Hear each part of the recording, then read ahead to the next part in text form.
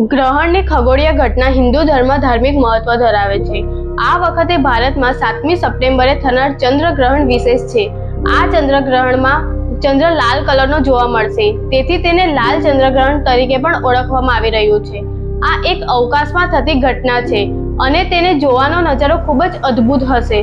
સંપૂર્ણ ચંદ્રગ્રહણ ત્યારે થાય છે જ્યારે પૃથ્વી સંપૂર્ણ રીતે ચંદ્ર અને સૂર્યની વચ્ચે આવે છે। સૂર્ય, પૃથ્વી અને ચંદ્ર જ્યારે એક રેખામાં આવતા હોય છે ત્યારે ચંદ્ર અંધકારમાં નથી જતો રહેતો, પરંતુ રેલે સ્કેટરિંગ તરીકે ઓળખાતી ઘટનાને કારણે તે લાલ, કોપર અથવા તો ઓરેન્જ કલરમાં ચમકતો જોવા મળે છે। જ્યારે ચંદ્રગ્રહણ થાય છે ત્યારે સૂર્યનો પ્રકાશ સંપૂર્ણપણે પૃથ્વી પર પડે છે। સૂર્યનો પ્રકાશ જ્યારે પૃથ્વી પર પડે છે ત્યારે તે પૃથ્વીના વાયુમંડળમાંથી પસાર થાય છે।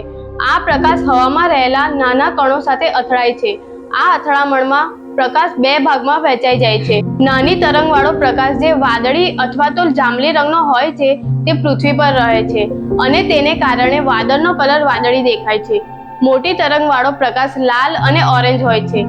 આ પ્રકાશ ઓછો હોય છે પરંતુ તે દૂર સુધી જાય છે। આ લાલ અથવા તો ઓરેન્જ કલર ચંદ્ર પર પડવાથી ચંદ્રનો રંગ લાલ અથવા ઓરેન્જ દેખાય છે। આ પ્રોસેસને રેલે સ્કેટરિંગ કહેવામાં આવે છે અને આ કારણસર ચંદ્રનો કલર બદલાતો જોવા મળે છે।